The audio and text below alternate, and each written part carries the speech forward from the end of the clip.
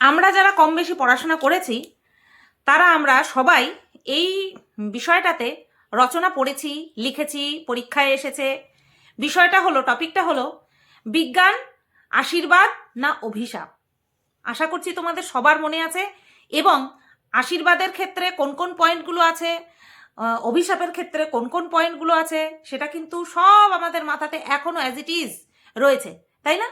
তো সেই বিষয়গুলোকে নিয়ে বিশ্লেষণ করতে আসিনি, জাস্ট এই টপিকটা দিয়ে আজকের এই ভিডিওটা আমি এলাবোরেট করব। বুঝতে পেরেছো? তো হ্যালো বন্ধুরা, কেমন আছো সবাই? আশা করছি তোমরা সবাই ভালো আছো আর আমিও ভালো আছি।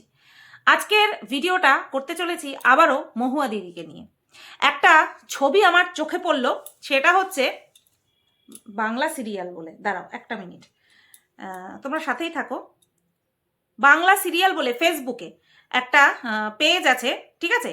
তো সেখানে একটা পোস্ট দিয়েছে মহুয়া দিদির দুটো ছবিকে নিয়ে, যে শাশুড়ি মারা যাওয়ার ভ্লগ করে ট্রোল প্রবাসে ঘরকন্যা। মানে উনি এত ফেমাস একজন ইউটিউবার যে ওনাকে নিয়ে কিন্তু রীতিমতন ফেসবুকে এরকম একটা বিষয় হচ্ছে। তার মানে আমি এখানে একা নই যে ওনাকে নিয়ে কন্ট্রোভার্সি করছি, আমি নিরপেক্ষ কন্ট্রোভার্সি করছি, ওনাকে ট্রোল করছি না। আজকের ভিডিওটা যে করব সেটাও কিন্তু ফুল লজিকের উপরে বেস করে, কোনো রকম কোনো ইললজিক্যাল কথাবার্তা, ওনাকে অযাচিত আক্রমণ এরকমটা কোনো সময়ই করিনি, করবও না। তো উনি এত বড়ই একটা ব্যক্তিত্ব যে ওনাকে নিয়ে রীতিমতন ফেসবুকে এই ধরনের পোস্ট হচ্ছে। তার মানে আরো বহু মানুষ ওনাকে নিয়ে কন্ট্রোভার্সি করছে, সমালোচনা করছে বা ট্রোল করছে, ঠিক আছে? বা ট্রোল করছে না, ট্রোল করছে। সমালোচনা কখনো ট্রোলের আন্ডারে পড়েই না, ট্রোলিংয়ের আন্ডারে পড়ে না। তো বিষয়টা কি, ওনার শাশুড়ি মারা গেছে। আজকেও ওনার ভিডিও দেখলাম, 10 মিনিটের উনি একটা ভিডিও দিয়েছে, যেখানে কিনা বেশ কয়েকটা উনি এমন কথা বলেছে যেগুলোকে নিয়ে লজিক দিয়ে রীতিমতন কন্ট্রোভার্সি করা যায়, যেটা কিনা ওনার বিপক্ষে যাবে, ঠিক আছে? ওনার বিপক্ষে যাবে এবং যথাযথ কথাই বলা হবে, সেটা আমি বলি বা ওনার কমেন্ট বক্সে কেউ বলে থাকুক বা অন্য কোনো কন্ট্রোভার্সি ক্রিয়েটার বা কোনো যেই বলে থাকুক না কেন, ঠিক আছে? কারণ উনি ওই যে বললাম অনেক বড় একজন ব্যক্তিত্ব। তো সবার প্রথমে বলি, ওনার ইউটিউব ভিডিওতে কোনো রকম কোনো অ্যাড আসছে না, অর্থাৎ উনি মনিটাইজেশন বন্ধ করে রেখেছেন এবং সেটা উনি নিজের মুখেই বলেছেন। উনি 12-13 দিন ধরে টানা এই মানে বলে না ওটা, শোক বাড়ির সমস্ত নিয়ম কানুন, আচার বিধি, রীতিনীতি সমস্ত কিছু শেয়ার করবেন এবং দর্শকদেরকে বলেছেন যে অ্যাভয়েড করতে। তো আজকে আমি ওনার কথাটা, আমি যেহেতু ওনার রেগুলার ফলোয়ার নই, রেগুলার ভিউয়ার নই, তার জন্য আমি বুঝতে পারতাম না। বাট আজকে ওনার কথাবার্তাতে কিন্তু পুরো পরিষ্কার যে উনি মিষ্টভাষী হলেও ওনাকে নিয়েও সমালোচনা করা যায়। ওনার এই আজকের ভিডিওটা দেখে যথেষ্ট পরিমাণে বুঝলাম যে ওনাকে নিয়েও কিন্তু সমালোচনা করা যায়। তো চলো শুরু করি। তো যেটা বলছিলাম যে উনি ইউটিউবে মনিটাইজেশন বন্ধ করে রেখেছেন, কিন্তু ফেসবুকে কিন্তু ওনার মনিটাইজেশন অন রয়েছে। তো এটা ওনার মুখেই, উনি নিজের মুখে বলেছেন আজকের ভিডিওটাতে। উনি আজকের ভিডিও না, মানে গতকালকের ভিডিওতে কিন্তু উনি নিজের মুখে বলেছেন যে ফেসবুকের মনিটাইজেশন কি করে বন্ধ করে উনি জানেন না। এত বড় উনি ইউটিউবার, অথচ সোশ্যাল মিডিয়াতে উনি রয়েছেন, অথচ ফেসবুকে কিভাবে মনিটাইজেশন বন্ধ করতে হয় সেটা উনি জানেন না, যেটা কিনা ওনার ব্যক্তিত্বর মধ্যে একটা বড় নেগেটিভিটির ছাপ লাগিয়ে দিল আজকে আমার চোখে ওনার গায়ে একটা নেগেটিভিটির ছাপ কিন্তু লেগে গেল, যে উনি এত বড়, ওনার চ্যানেল, মিলিয়ন সাবস্ক্রাইবার ওনার রয়েছে, অথচ উনি ফিচার্সই জানেন না, ফাংশনই জানেন না ফেসবুকের। তাহলে ফেসবুকে উনি ভিডিও ছাড়ছেন কেন? আপনি আমার ভিডিও দেখবেন না, কারণ আপনি অনেক বড় ব্যক্তিত্ব আপনার, যাই হোক, ওইটা বড় কথা নয়। আমি আমার ভিউয়ারদের উদ্দেশ্যে ভিডিও করি, তো সেটাই হচ্ছে আমার কাছে মোদ্দা কথা। যে কিনা এত বড় একটা চ্যানেলের ওনার, সে বলছে এই জিনিস উনি পারে না। তাহলে যখন পারেই না, তখন ফেসবুকে আপলোড করার কোনো প্রয়োজনই পড়ে না, যেখানটায় ওনার উদ্দেশ্য টাকা কামানো নয়, শুধুমাত্র স্মৃতির পাতাতে ধরে রাখা। একটা সেকেন্ড, স্মৃতির পাতাতে জাস্ট ওনার একটা মানে এই যে জীবনটা উনি এখন অতিবাহিত করছেন, ওটাকে বন্দি করে রাখা, বন্দি করে রাখা ইন দ্য সেন্স তুলে রাখা, অ্যালবামের মতন তুলে রাখা ইউটিউবে। তাহলে ফেসবুকেও কি করতে উনি দিচ্ছেন? উনি ফেসবুকেও কি করতে দিচ্ছেন, ওনার এই ভিডিওগুলো থেকে টাকা ইনকাম করা ওনার মোদ্দা কথা নয়। অ্যাকচুয়ালি ওনার এত সাবস্ক্রাইবার প্লাস ওনার এক একটা ভিডিওতে মানুষ এত ভালোবাসা দেয়, ওনার এত পয়সা যে উনি যদি 3-4 দিন বা 12 দিন বা 1 মাস উনি ভিডিওতে মনিটাইজেশন বন্ধ রাখেনও ওনার কোনো ফারাক পড়বে না, সেটা উনি ভালো মতন জানেন। ঠিক আছে, তো এইগুলো মানে জাস্ট এর মধ্যে কোনো লজিক নেই। যে উনি যেটা করছেন, যে উনি ফেসবুকে মনিটাইজেশন বন্ধ করতে পারছেন না, তার জন্য ফেসবুকে উনি দিচ্ছেন ভিডিও, আর এদিকে উনি ইউটিউবে মনিটাইজেশন বন্ধ করে রেখেছেন। মানে কোনো লজিক নেই, এই দুটো বিষয়ের মধ্যে কোনো লজিক নেই। ওনার যদি মাথায় স্থির করে থাকেন যে এই বিষয়গুলো শুধুমাত্র আমি যারা কিনা ভিডিও দেখতে চায় এই ধরনের ভিডিও তাদের উদ্দেশ্যে প্রোভাইড করব, কোনো অর্থ উপার্জন করব না, তাহলে পরিষ্কারভাবে উনি ফেসবুকের ভিডিও আপলোড করা বন্ধ করে রাখতে পারেন। ঠিক আছে, সেটা উনি করছেন না। 2 নম্বর কথা, এখন আমাদের ইউটিউব এত বড় একটা স্কুল যেখানে কিনা বিভিন্ন ভাষায় ভিডিও আপলোড করা থাকে, এক একটা বিষয়ের উপরেই বিভিন্ন ভাষায় ভিডিও আপলোড করা থাকে। উনি রীতিমতন কিন্তু দেখে নিয়ে কিভাবে ফেসবুকে মনিটাইজেশন বন্ধ করা যায় সেটা কিন্তু উনি অনায়াসে, উনি তো আর ইলিটারেট নন, অশিক্ষিত নন, উনি যথেষ্ট শিক্ষিত। তো উনি সেই ফাংশনটা দেখে ফেসবুকে গিয়ে মনিটাইজেশনটা বন্ধ করতেই পারেন, উনি সেটাও করছেন না। টাইম নেই, নো, এটাও ইম্পসিবল, বিশ্বাস করা ইম্পসিবল, কারণ উনি ভিডিও করছেন। হ্যাঁ, যেটা বলছিলাম যে ওনার কাছে যে টাইম নেই সেটাও অসম্ভব, সেটাও অবিশ্বাস্য। কেন?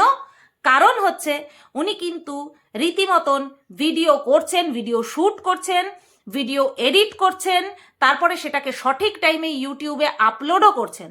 তাহলে এই জায়গাটায় এই কথাটা একেবারে অযাচিত কথাবার্তা, এটা অবিশ্বাস্য কথাবার্তা যে উনি ফেসবুকের মনিটাইজেশন বন্ধ করতে পারছেন না।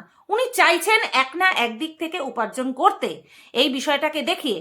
আর এতদিন ধরে ইউটিউবে বা সোশ্যাল মিডিয়াতে থেকে ওনার এইটুকু আইডিয়া হয়ে গেছে যে কোন বিষয়ে মানুষ ট্রোল করে, কোন বিষয়ে মানুষ ট্রোল করার পরেও বেশি ভিউজ দেয়, চ্যানেল রিচ হয়, সবসময় যে টাকা উপার্জনই যে একমাত্র লক্ষ্য তা কিন্তু না। ওনার মতন বড় লোকদের কথা বলছি, ওনার মতন ধনী ব্যক্তিদের কথা বলছি, বড় লোক ইন দ্য সেন্স রিচ। ঠিক আছে, ওনার মতন ধনী ব্যক্তিদের শুধুমাত্র পয়সা উপার্জনই কিন্তু একমাত্র লক্ষ্য নয়। ঠিক আছে, চ্যানেলটা রিচ হবে, সেক্ষেত্রে উপার্জন আপনা আপ বেড়ে যাবে। উনি মনিটাইজেশন বন্ধ করে রেখেছেন, তাতে কি আছে? তো এই গেল একটা বড় পয়েন্ট, যেটা কিনা উনি ইললজিক্যাল কথাবার্তা বলেছেন এবং যেখানে ওনাকে নিয়ে রীতিমতন এইভাবে কন্ট্রোভার্সি করা যায়, এবং যেটা আমি করেছি। উনি মিষ্টি ভাষায় কথা বলছেন, তার মানে এটা নয় যে ওনার সমস্ত অযাচিত কথাবার্তা অ্যাকসেপ্ট করতে হবে। ঠিক আছে, যে যত বড় হয়, যার ব্যক্তিত্ব যত প্রসারিত হয়, তাকে কিন্তু ততটা সাবধানতা অবলম্বন করতে হয়। যেখানে উনি এতটা কেয়ারলেসভাবে এই সমস্ত জিনিসগুলোকে ক্যামেরাবন্দি করছেন, যেখানে কিনা মানুষ শোকে বিহ্বল হয়ে পড়ে, সেই সব জিনিসগুলো উনি ক্যামেরাবন্দি করতে পারছেন, সুতরাং ওনাকে নিয়ে বলাই যায়। এইবার আসি শোকে বিহ্বল হয়ে পড়ার কথাটা। একজন আমাকে কমেন্ট করেছে যে দেখো, নিজের বাবা মা মারা গেলে কিন্তু কষ্ট হয়, শ্বশুর শাশুড়ি মারা গেলে কিন্তু কষ্ট হয় না, অতটাও কষ্ট হয় না। এটা কোথাও না কোথাও সঠিক যদি হয়েও থাকে, কোথাও না কোথাও, কারণ কি বলতো, এই যে ধরো কথার কথা আমি বলছি, আজকে আমি 12 বছর ধরে শ্বশুরবাড়িতে রয়েছি, তাদের সঙ্গে খুঁটিনাটি ঝগড়া, মান অভিমান, হাসির মুহূর্ত, খুশির মুহূর্ত, সব রকমের মধ্যে দিয়ে আমি গেছি। আজকে যদি তারা বাড়িতে না থাকে না, ঘরটা খা খা করে, ঘরটা খা খা করে। যদি ওনারা একটা বেলার জন্য কোথাও যান, এমনিতে কিন্তু যে সবসময় গিয়ে আমি ওখানটায় রয়েছি, কথা বলছি, হা হা হি হি করছি, এরকমটা কিন্তু না। মনের মধ্যে একটা আছে যে হ্যাঁ ওনারা উপরে আছেন, ওনারা ঠিক আছেন। একবেলার জন্য যদি কোথাও চলে যায় না, তখন মনে হয় কি বাড়িটা ফাঁকা, কেউ নেই কেউ নেই, মনের মধ্যে আনছান করতে থাকে। ঠিক আছে, তো এই ক্ষেত্রে এটা বলাটা আমি কোনো অংশে ঠিক মনে করি না যে শ্বশুরবাড়ির লোকজনের কেউ গত হলে পরে কষ্ট হয় না। আলবাত কষ্ট হয়, ফিলিংস যদি সত্যি থাকে না, তাহলে কিন্তু কষ্ট হয়। আজকে 12 বছরে কতদিন আমি মা বাবার সঙ্গে কাটিয়েছি, এখানেই তো কাটিয়েছি, একটুখানিও কি ফিলিংস হয়নি? অবশ্যই হয়েছে। সুতরাং এটা কোনো কথা না। অ্যাকচুয়ালি মানুষের নিড, মানুষের, এটাকে পাতি বাংলা ভাষায় বলে লোভ, এমন জায়গায় চলে যায় যেখানে মানুষ মানে অসম্ভব ভুলভাল কথাবার্তা বলে নিজেকে ডিফেন্ড করার চেষ্টা করে, যেটা কিনা এই মহুয়া দিদিভাই করেছে। ভুলভাল কথা বলে নিজেকে ডিফেন্ড করার চেষ্টা করেছে। এখানে শ্বশুরমশাই মারা গেছে নাকি নিজের বাবা মা মারা গেছে এটা কোনো ফ্যাক্টরই না, ঠিক আছে, এটা কোনো বিষয়ই না। এইবার আসি যে উনি বলছেন যে উনি এই বিষয়গুলোকে যেহেতু ইউটিউব ওনার পরিবার, তার জন্য এই বিষয়গুলোকে উনি ওনার পরিবারের মানুষের সঙ্গে শেয়ার করতে চান। 1 নম্বর কথা, ঠিক আছে, যে আমি সব কিছুই তুলে ধরেছি, আমি তোমাদের কাছে, আপনাদের কাছে, উনি তো আপনি করে কথা বলেন, আমি আপনাদের কাছে এইগুলোও তুলে ধরতে চাই। এটা উনি বললেন একতরফা কথা, একরকম কথা, একতরফা না, একরকম কথা। দুরকম কথা উনি কি বললেন, মানে দ্বিতীয় কথা উনি কি বললেন, যে আপনারা যারা দেখতে চান না তারা অ্যাভয়েড করবেন। এটার কোনো সেন্স আছে? এই কথাটার মধ্যে কি কোনো সেন্স আছে? উনি একবার বলছেন ভিডিও আপলোড করছেন দর্শকদের জন্য, ম্যাক্সিমাম দর্শক ওনার এই ডিসিশনটাতে খুশি নন, এই ডিসিশনটাতে খুশি নন ম্যাক্সিমাম দর্শক, গুটি কতক মানুষ ছাড়া, ঠিক আছে। এবং সেই গুটি কতক উনাকেও যে এই যে পজিটিভ কমেন্ট নেগেটিভ কমেন্ট ওনাকেও যে এফেক্ট করে, তার একটা জলজ্যান্ত প্রমাণ যে উনি ওনার পক্ষে একজন কমেন্ট করেছে, সেই কমেন্টটাকে উনি পিন করেছেন। তার মানে ওনারও ফারাক পড়ে যে কেউ যদি ওনাকে নিয়ে নেগেটিভ কমেন্ট করে, কেউ যদি ওনাকে নিয়ে পজিটিভ কমেন্ট করে, ঠিক আছে। তাহলে উনি নিজের থেকেও নিরপেক্ষ নন, কিন্তু যে আমি যা করছি সেটা কারোর পছন্দ হতেই পারে, কারোর নাও পছন্দ হতে পারে, উনি এই জায়গা থেকে নিরপেক্ষ নন। তাহলে উনি ওনার পক্ষে করা একটা কমেন্টকে কখনোই পিন করতেন না, যে দেখো আমার পিন করার মানে কি, আমি যদি একটা কমেন্ট পিন করি, সেই কমেন্টটাকে পিন করার মানে হলো একটাই, যে আমার পক্ষে ইনি কথা বলছেন, এই কমেন্টটাতে আমি সহমত পোষণ করছি, বেশিরভাগ মানুষ যেন এই কমেন্টটাকেই দেখে এবং মানুষ বুঝতে পারে যে আমি এই কমেন্টটাই প্রত্যাশা করছি, ঠিক আছে, এই কমেন্টটাই আমি প্রত্যাশা করছি, এটাই কিন্তু মানে মানুষের কাছে পৌঁছে দিতে চান উনি। সুতরাং উনি যে ভুল করছেন সেটা উনি নিজেও বুঝতে পারছেন। আজকে উনি যদি মনে করতেন যে না আমি কোনো ভুল করছি না, আমার ডিসিশনে কোনো ভুল থাকতেই পারে না, তাহলে ওনাকে একটা পজিটিভ কমেন্ট পিন করতে হতো না, ঠিক আছে। তো এইবার ওনার কমেন্ট বক্সে অজস্র এরকম কমেন্ট রয়েছে যেখানটায় কিনা ওনাকে বলা হচ্ছে যে আপনি এটা ঠিক করছেন না। এবার কোন ওয়েতে বলছে, 1 নম্বর কথা তো তোমাদেরকে আমি বলেই দিলাম, যে উনি বলছে ভিউয়ার্সদের উদ্দেশ্যে করছে, যে সবকিছু তোমাদের সাথে আপনাদের সাথে শেয়ার করি, এটা কেন শেয়ার করব না। আবার বলছে যাদের পছন্দ হবে না তারা দেখবেন না। তো এটা মিষ্টি ভাষায় কিন্তু মানুষ ভিউয়ার্সদেরকে রীতিমতন নেগলেক্ট করা, যে আপনারা কি বলছেন বা না বলছেন তাতে আমার ফারাক পড়ছে না, আমি কিন্তু এই বিষয়গুলো করবই, তুলে ধরবই, স্মৃতির পাতাতে রাখবই। আজকে যদি ইউটিউব না থাকতো, এই কারণেই আমি প্রথমেই কথাটা বলেছি যে বিজ্ঞান আশীর্বাদ না অভিশাপ।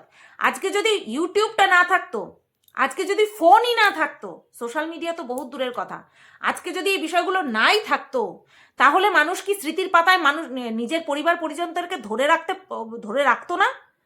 আজকে একটা ইলেকট্রনিক গেজেটের মাধ্যমে, গেজেটের মধ্যে আমরা আমাদের আপনজনদের স্মৃতি লোড করে রাখবো, আপলোড করে রাখবো, তাই না? যেরকমটা কিনা আমরা আগে অ্যালবামে করতাম। আচ্ছা, অ্যালবামটা যদি কোনো কারণে হারিয়ে যায়, আমাদের স্মৃতিও কি বিলুপ্ত হয়ে যাবে? আমাদের স্মৃতিও কি বিলুপ্ত হয়ে যাবে? না তো।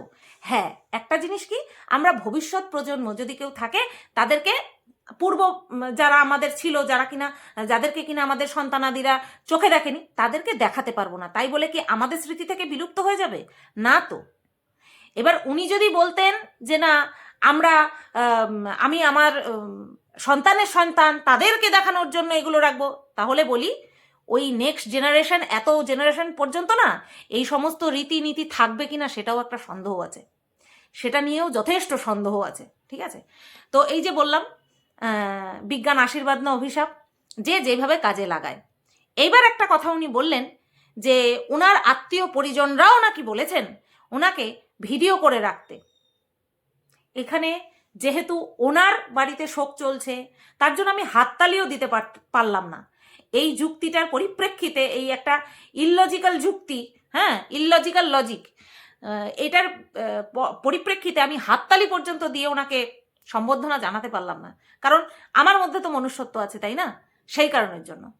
তো বিষয়টা হচ্ছে যারা কিনা দূরে রয়েছে, আসতে পারেনি, তাদেরকে কি বাই হোয়াটসঅ্যাপে ভিডিওগুলো করে প্রাইভেটলি পাঠানো যেত না? যেত তো। তার জন্য কি ইউটিউবে আপলোড করাটা খুব জরুরি ছিল? ইউটিউবে আপলোড করা, ফেসবুকে আপলোড করা উইথ মনিটাইজেশন, এগুলো করা কি ওনার খুব দরকার ছিল? তাহলে উনি ট্রোলিংয়ের মুখে পড়বে না তো কে পড়বে? আজকে বেশ কিছু ছোট ছোট ব্লগার ওনার তুলনায়, এই মহুয়াদির তুলনায় ছোট ব্লগার যেরকম কিনা মোম, হ্যাঁ, সে কিন্তু তার শ্বশুরমশাই না, পিসি শাশুড় না খুড় শ্বশুর, হ্যাঁ পিসি শ্বশুর যে মারা গেল, সেই সময় কিন্তু ক্যামেরা অন করেনি। মৃতদেহ দেখানো তো বহুত দূরের কথা, অনই করেনি, শুধুমাত্র একটা নিউজ দিয়ে দিয়েছে, তারপরে ওই পর্যন্ত শেষ। মন্দিরা যখন তার বাবার মৃতদেহ চিতায় তুলে ঘি মাখাচ্ছিল, সেই বিভৎস দৃশ্য দেখে আমি কিন্তু ভয়ানকভাবে ভিডিও করেছিলাম। যেটা ফিল হয়েছিল সেটাই কিন্তু আমি বলেছিলাম যে এরকম বিভৎস দৃশ্য ওর বাবার নাকি শেষ ইচ্ছা ছিল। এইরকম ইচ্ছা কিভাবে থাকতে পারে আমি এখনো পর্যন্ত ভেবে পাই না। যতই মন্দিরের সঙ্গে আমার ভালো সম্পর্ক থাকুক, আমার এখনো আটকে উঠি। আমি ওই দৃশ্যটা যখনই মনে পড়ে, দেখেছি তো আমি আটকে উঠি, আমি পুরোটা দেখতেও পারিনি, কিছু কিছু আমার যেমন মানুষে বলে আমার হার্টের জোর খুব, কিন্তু তাই বলে এইরকমটা আমি দেখবো বলে প্রত্যাশাও করিনি। ওই একটা বিভৎস দৃশ্য দেখেছিলাম। কিছু কিছু আমি ভিডিও দেখি সোশ্যাল মিডিয়াতে, তাদের পোষ্য মারা যাচ্ছে, শেষ মানে সিনটা তারা আপলোড করে তারা আবার ছাড়ে। বিশ্বাস করো, আমি তো এইসব কথা ভাবিই না, তারা করে। আর আমি যখনই দেখি যে এইরকম, আমি হয়তো ধরো দেখছি, ভাবছি হয়তো কোনো কিছু হয়েছে, ডাক্তারের কাছে নিয়ে যাবে, যখন দেখছি যে কুকুরটা নেই, মারা গেছে, আমি শুধু বলি তোরা পারিস কি করে এই সময় ভিডিও করতে? এই সময়টা তোদের ভিডিও আসে কি করে? তো যাই হোক, সবার ফিলিংস সমান হয় না, তো বহু মানুষের ফিলিংস কিন্তু ওনার সাথে ম্যাচ খায়নি, আর সেই কারণের জন্যই কিন্তু উনি ট্রোলিংয়ের মুখে পড়ছেন। ঠিক আছে, তো এই বিষয়টা উনি এতটাই ইললজিক্যাল বলেছেন যে ওনার আত্মীয় স্বজন, পরিবার পরিজন মানুষ নাকি বলেছে ওনাকে ভিডিও করতে, তাহলে উনি প্রাইভেটলি পাঠাতে পারতো সেই ভিডিও। ভাবো, আগেকার দিনে মানুষ চিঠির উপরে নির্ভর করে থাকতো। আজকে চিঠি লিখবো, 10 দিন পরে গিয়ে পৌঁছাবে, সেই চিঠি পৌঁছাতে যে পাঠালো তার কি হলো না হলো তার কোনো ঠিক নেই, কিন্তু এটাই হতো। এখনকার দিনে ইনস্ট্যান্ট ভিডিও কল, তো যেখানে ভিডিও কল করে দেখানো যায় সেখানটায় আবার 5 বছর পর মনে পড়বে সেই কথা মানুষে বলছে। উনি বলছেন যে আজ থেকে বছর 5 পরে যদি মনে হয় তাহলে দেখব। যেই ভিডিওগুলোতে মা ভালো ছিলেন সেই ভিডিওগুলো না দেখে, যেই ভিডিওতে ওনার মৃতদেহটা দেখা যাচ্ছে, যেটা কিনা সত্যি ব্যথাতুর, যেটা কিনা হৃদয় বিদারক, সেই ঘটনাগুলো নাকি দেখবে বলে উনি আপলোড করে রাখছেন ইউটিউবে। কোনো সেন্স হয় এসব কথার? কোনো সেন্স হয় না। আমি সত্যিই ভেবেছিলাম যে উনি একটা আলাদাই পার্সোনালিটি, কিন্তু না, উনি আর 5টা ব্লগারের মতন তো অবশ্যই, সাথে ওনার যেই ক্রেডিট সেটা হচ্ছে উনি মিষ্টভাষী, আর উনি লোভের বশবর্তী হয়ে কি না হয়ে আমি জানি না, কিন্তু উনি যে কাজটা করছেন সেটা সত্যি অমানবিক। আজকে বলতে নেই, যদি ওনার নিজের মা এখানটায় পরলোক গমন করতেন, উনি কি পারতেন ভিডিও নিয়ে এডিট করে এইভাবে দিতে? আমি জানি না উনি পারতেন কিনা বা পারবেন কিনা। সম্ভব? বলো তো, সম্ভব? আমি জানি না যে পেশাটাকে মানুষ কেন মানে ইমোশনসের সাথে গুলিয়ে ফেলে, আমার কোনো আইডিয়া নেই। যাই হোক, আমি যেই বিষয়গুলো দেখলাম, যেই বিষয়গুলো ফিল করলাম ওনার ভিডিও দেখে, আমি সেইগুলোই তুলে ধরলাম। উনি বেশ প্রত্যেকটা জিনিস, তোমরা দেখবে একটা জায়গায় যখন শ্মশানঘাটে রয়েছে তখন উনি এত সুন্দর করে এডিট করেছেন জায়গাটা, যেখানে উনি চোখ মুছলেন, একজন ভিডিও করে দিচ্ছিল, উনি চোখ মুছলেন, সেই জায়গাটুকু রেখেছেন উনি। ঠিক আছে, পাক্কা ব্লগার বলে কথা, তো ট্রোলের মুখে তো ওনাকে পড়তেই হবে। উনি ট্রোল হওয়ার মতন কাজ করছেন, এবং জেদ দেখিয়ে উনি যেই ভিউয়ার্সদেরকে পরিবার বলে দাবি করেন, সেই ভিউয়ার্সরা বলছে যে তোমার এটা করা ঠিক হচ্ছে না বা আপনার এটা করা ঠিক হচ্ছে না, সেখানে উনি যেই ভিউয়ার্সদেরকে পরিবার বলেন সেই ভিউয়ার্সদের কথা তুচ্ছ করে এক একটা ভিডিওতে 3000 4000 করে কমেন্ট পড়ে, নটে জোক, তাই না? তো সেই সমস্ত মানুষের কথাগুলোকে উপেক্ষা করে উনি এই ভিডিও দিয়ে যাবেন, অথচ বলছেন পরিবার, মুখেই বলছেন পরিবার, অথচ পরিবারের কথা উনি মান্য করছেন না। আজকে গিয়ে এক একটা পরিস্থিতি আসে যখন কিনা এক একটা মানুষের রিয়েল ফেস বেরিয়ে আসে, তো ওনারও রিয়েল ফেসটা বেরিয়ে এসেছে, এই জন্যই উনি ট্রোল হচ্ছেন। এই ভিডিওটা আমি এই পর্যন্তই রাখলাম। আমার যুক্তি তোমাদের কেমন লাগলো অবশ্যই কমেন্ট করে জানিও। সবাই তোমরা ভালো থেকো, সুস্থ থেকো, টাটা।